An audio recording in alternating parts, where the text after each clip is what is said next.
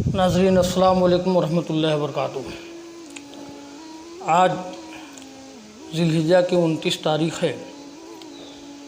अगर चाँद होता है तो इस्लामी साल का आगाज़ होने जा रहा है। मुहर्रमुल हराम का महीना इस्लामी साल का पहला महीना है। सबसे पहले नए साल की आमद पर आलम इस्लाम को मैं मुबारकबाद पेश कर रहा हूँ, इस दुआ के साथ कि अल्लाह ताला अपनी रहमतों के साथ, बरकतों के साथ इस चाँद को हम पे तुलू फरमाए, और जब ये चाँद रुखसत हो तो इस दुनिया से वबा भी रुखसत हो जाए, हमारी अब सब की परेशानियाँ भी रुखसत हो जाएं। इस महीने को अल्लाह ताला हमारे लिए खैर का महीना बना दे और इस महीने की अज़मतों से, बरकतों से हमें अल्लाह मुज़य्यन फरमाए।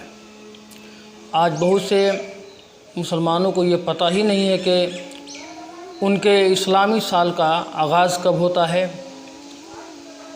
बहुत से लोगों को तारीख़ तक याद नहीं रहती कि आज मुहर्रम की कौन सी तारीख़ है, ज़िलहिज्जा की कौन सी तारीख़ है। ये अफसोस का मकाम है। जिस कौम को दिन और महीने की तारीख़ याद न रहे, उसे अपने पूरे मज़हब की तारीख़ क्या याद रहेगी। ये मकाम गौर और अफसोस भी है। मुझे ये बताना है कि इस्लामी साल का आगाज़ कब हुआ और कैसे हुआ, हिजरी साल का वजूद कैसे हुआ। सैयदना फारूक आज़म अमीरुल मोमिनीन रज़ियल्लाहु ताला अन्हु के अहद में हिजरत के 17 साल बाद हज़रत अबू मूसा अशरी रज़ियल्लाहु ताला अन्हु ने उन्हें एक मकतूब भेजा कि अमीरुल मोमिनीन, आपकी तरफ से जो खतूत इलाक़ों में जाते हैं उन खतूत पे तारीख़ नहीं लिखी रहती, जिसकी वजह से ये मालूम ही नहीं हो पाता कि आपने ये ख़त कब भेजा है, इसके पहुंचने में कितने वक्त लगे और इस पर अमल कब से शुरू हुआ। इसलिए तारीख़ लिखना ज़रूरी है और तारीख़ लिखी जाए। ये बात अमीरुल मोमिनीन खलीफतुल मुस्लिमीन सैयदना फारूक आज़म रज़ियल्लाहु ताला अन्हु को पसंद आई। उन्होंने अकाबिर सहाबा इकराम की एक मीटिंग बैठाई और सबों से राय जानने की इस्लामी साल का आगाज़ कब से किया जाए। अकाबिर सहाबा की 4 जमातें अलग अलग मुनक़सिम हुईं। एक जमात का कहना था कि इस्लामी साल का आगाज़ उस वक्त से किया जाए जिस वक्त सरवर दो जहां सल्लल्लाहु अलैहि वसल्लम की बेइज्जत हुई। दूसरी जमात का ये कहना हुआ कि जिस वक्त सरवर दो जहां सल्लल्लाहु अलैहि वसल्लम ने अपनी नबूवत का ऐलान किया, उस वक्त से इस्लामी साल का आगाज़ किया जाए। तीसरी जमात ने कहा कि सरवर दो जहां सल्लल्लाहु अलैहि वसल्लम जिस वक्त हिजरत की है, उस वक्त से इस्लामी साल का आगाज़ हो। चौथी जमात की तरफ से ये बात आई कि सरकार सल्लल्लाहु अलैहि वसल्लम जिस वक्त रहलत फरमाए, उस वक्त से इस्लामी साल का आगाज़ हो। हर जमात की तरफ से दी गई राय पर तफसीली गुफ्तगू हुई, बहस हुई। उसके बाद अमीरुल मोमिनीन खलीफतुल मुस्लिमीन सैयदना फारूक आज़म रज़ियल्लाहु ताला अन्हु ने इरशाद फरमाया कि बेइज्जत और ऐलान नबूवत की तारीख़ में इख्तिलाफ़ है, इसलिए उस दौर को इस्लामी साल करार देना बेहतर नहीं है।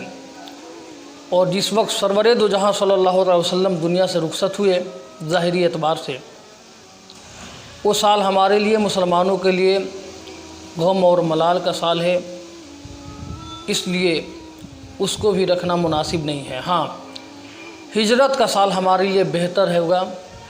जिस वक्त सरवर दो जहां सल्लल्लाहु अलैहि वसल्लम मक्का मुअज़्ज़मा से हिजरत फरमाए, वो हमारे लिए बहुत ही मुफीद वक्त था, सुकून भी था, एलानिया इबादत भी करते थे।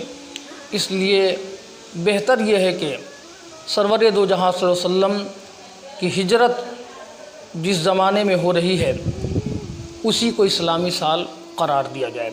बात इसी पे तय होती है और सरवर दो जहां सल्लल्लाहु अलैहि वसल्लम की हिजरत को इस्लामी साल का नाम दिया गया। इसीलिए हम इसे हिजरी सन के नाम से जानते हैं और हिजरी साल लिखा करते हैं। اب ایک سال میں 12 مہینے ہوتے ہیں، تب ہوا کہ اسلام کا پہلا مہینہ کسے قرار دیا جائے۔ 4 مہینے وہ ہیں جن میں لڑائی حرام ہے، جنہیں شہر الحرام کہا جاتا ہے، وہ ذی القعدہ ہے، ذی الحجہ ہے، محرم الحرام ہے اور رجب کا مہینہ ہے۔ ایک جماعت کی طرف سے بات آئی کہ رجب کو اسلامی سال کا پہلا مہینہ قرار دیا جائے، اس لیے کہ یہاں سے محرم تک 6 مہینے ہوتے ہیں۔ ایک جماعت کی طرف سے یہ بات آئی کہ رمضان شریف کو اسلامی سال کا پہلا مہینہ قرار دیا جائے، لیکن یہ سب سے افضل ترین مہینہ ہے۔ ایک جماعت کی طرف سے یہ رائے آئی کہ ربیع الاول شریف کو اسلامی سال کا پہلا مہینہ قرار دیا جائے۔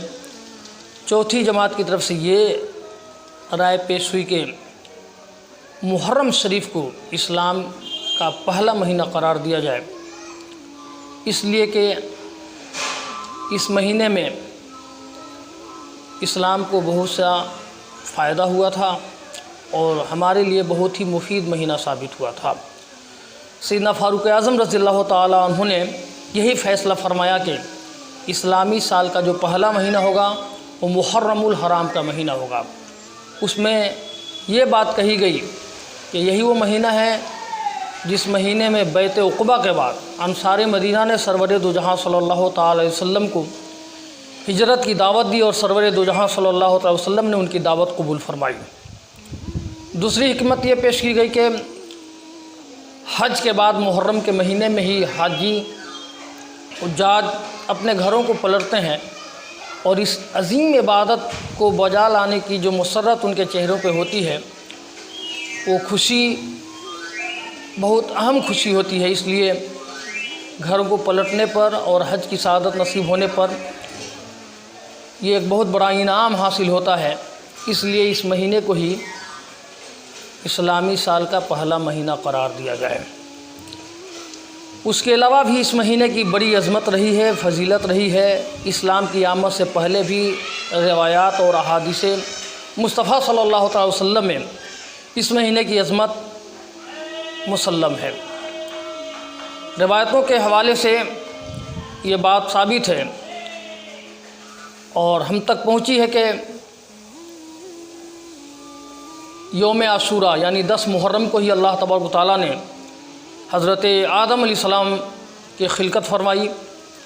یوم عاشوراء ہی کو سرور دو جہاں صلی اللہ علیہ وسلم کی حدیث کے مطابق ان کی توبہ قبول ہوئی۔ 10 محرم الحرام کو ہی جنت کی تخلیق ہوئی۔ 10 محرم کو ہی حضرت نوح علیہ السلام کی کشتی جودی پہاڑ سے لگی۔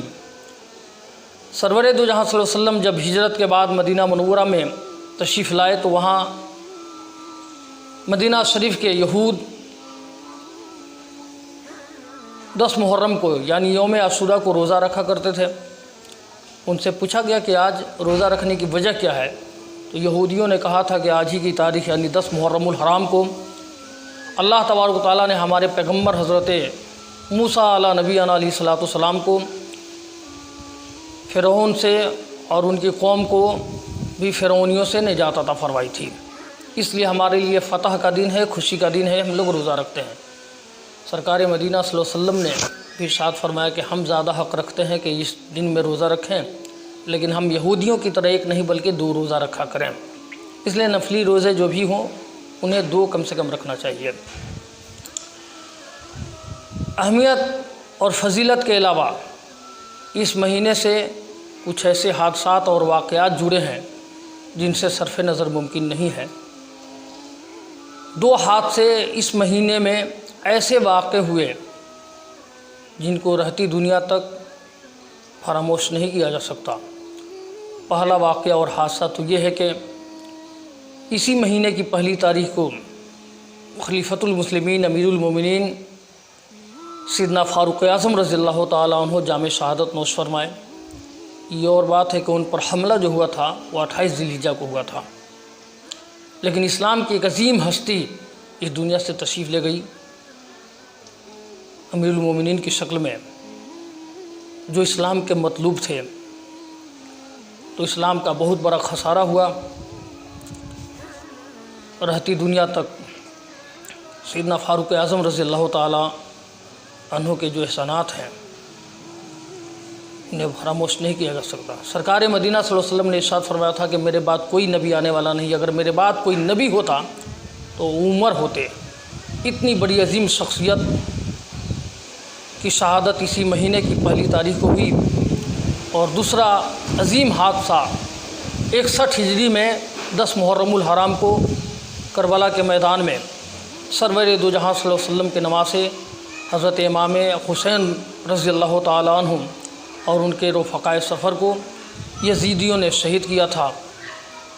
जिस हुसैन की अज़मत यह है कि मेरे आका ने फरमाया था कि हसन और हुसैन जन्नती नौजवानों के सरदार हैं।